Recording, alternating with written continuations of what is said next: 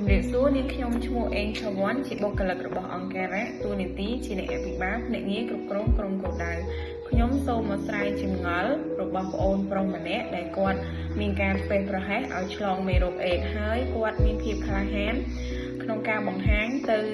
ចេញជាសាធារណៈដើម្បីទុកជាការក្រើនរំលឹកដល់បងប្អូនដទៃទៀតខ្ញុំសូមបញ្ជាក់ដោយខ្លីថាស្រោមបូកជាមួយនឹងព្រឹកគឺនៅតែជាជម្រើសដ៏ល្អការពារខ្លួនពីការឆ្លងមេរោគអេដស៍និងជំងឺឱកាសនិយមផ្សេងៗទៀតរហូតដល់យើងប្រសិទ្ធនាម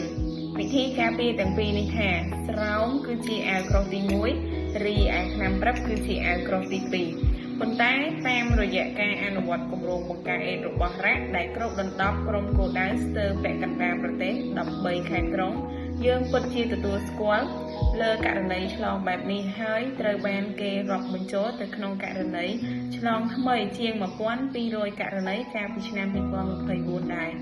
ឆ្លៀតក្នុងឱកាសនេះដែរខ្ញុំគ្រាន់តែរំលេចនៅចំណុចគួរប្រុងប្រយ័ត្នចំនួន3មុនពេលរួមភេទនេះក៏ដូចជាការឆ្លើយតបទៅនឹងប្អូនប្រុសម្នាក់ហើយទុកជាការប្រុងប្រយ័ត្នបន្ថែមសម្រាប់ដៃគូផ្សេងទី1មានការបំបោះបង្អែលលេងប្រដាប់ភេទដៃគូរហូតដល់ប្រឡាក់ទឹករំអិលដៃគូមុនពេលយកដៃទៅពាក់ស្រោមដែរឬអត់ចំណុចទី2ច្បាស់អត់ថាប្អូនដោះស្រោមចេញដោយប្រុងប្រយ័ត្នកុំឲ្យទឹករំអិលរបស់ដៃគូប្រឡាក់ស្រោមហើយមកប៉ះប្រដាប់ភេទរបស់យើងនិងចំណុចទី3អាចពិចារណាទៅលើឥរិយាបថប្រឈម